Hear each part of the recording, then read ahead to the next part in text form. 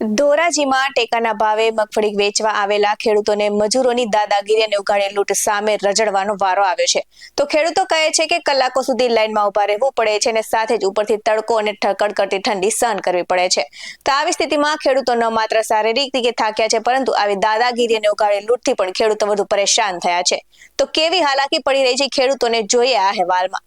નમસ્કાર દર્શક મિત્રો, BS9 TV ન્યૂઝમાં આપની સાથે હું છું નેહા પટેલ. ધોરાજીમાં ટેકાના ભાવે મગફળી ખરીદી કેન્દ્ર પર મજૂરોની દાદાગીરીથી ખેડૂતો પરેશાન થયા હોવાના સમાચાર સામે આવ્યા છે.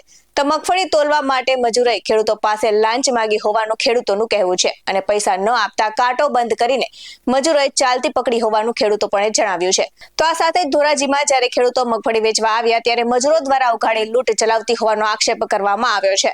તો વિગતે વાત કરવામાં આવે તો ખેડૂતોના સેમ્પલ પાસ થઈ ગયા બાદ વજન કાંટો શરૂ થયો હતો અને આ સાથે જ વધુમાં એવું પણ સામે આવ્યું છે કે 3 ગુણી જોખ્યા બાદ ચોથી ગુણીએ મજૂરે ખેડૂતને કહ્યું કે ગુણી થપકારવાના એટલે કે ગુણી સરખી બેસાડવાના 5 રૂપિયા આપવા પડશે. તો ખેડૂતે વધારાના પૈસા આપવાની ના પાડતા મજૂરો વજન કાંટો લઈને જતા રહ્યા હતા. ત્યારે આ સાથે જ ખેડૂતોનું વધુમાં એવું કહેવું છે કે મજૂરોને કોથળા ભરવા, વજન કરવા અને આ સાથે જ સિલાઈ કરવાની મજૂરી મળે છે, તો પછી ખેડૂતો પાસે વધારાના પૈસા કેમ માંગવામાં આવે છે?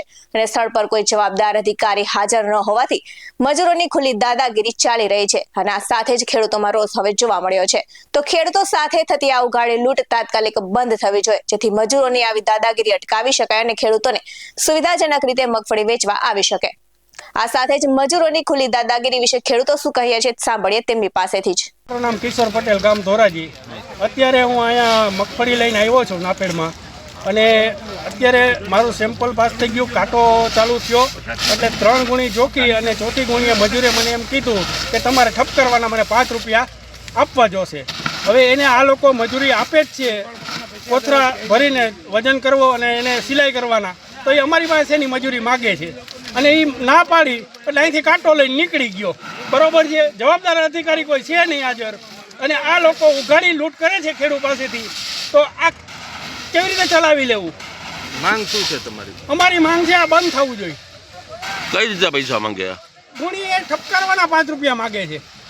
ન આપો તો શું કરે? ના પાપ કાંટો લઈને વયા ગયા કે નથી જોખવી કે આ દાદાગીરી, ખુલ્લી દાદાગીરી. વસંતભાઈ રપડા, ગામ તો વસંતભાઈ, કેન્દ્રો ઉપર જે મજૂરો દ્વારા પૈસા માંગી રહ્યા છે ખેડૂતો પાસે, શું કહેશો? સત્ય હકીકત છે ને. અત્યારમાં મારી પાસે માગ્યા, ખેડૂતનો દીકરો સવારના પોરમાં ખોટું ના બોલે.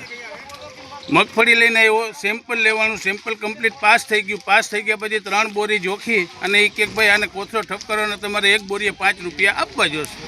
ભાઈ નિયમ છે કે તમારું સેમ્પલ પાસ થઈ ગયા પછી એ લોકોને કોથળામાં 35 કિલો મગફળી હમાય કે ના હમાય, એ લોકોને મગફળી જોખવી ફાઇનલ છે. બરાબર છે. હવે આ લોકો 5 રૂપિયા માગે છે, મને એનો પરિપત્ર બતાવે કે ભાઈ કોથળો ઠપ કરવાના 5 રૂપિયા આપવા પડે મજૂરને, એટલે હું 5 નહીં 10 રૂપિયા દેવા તૈયાર છું. પૈસા ના આપો તો શું કરે? કાંટો મૂકીને વયા ગયા, શું કરવાનું?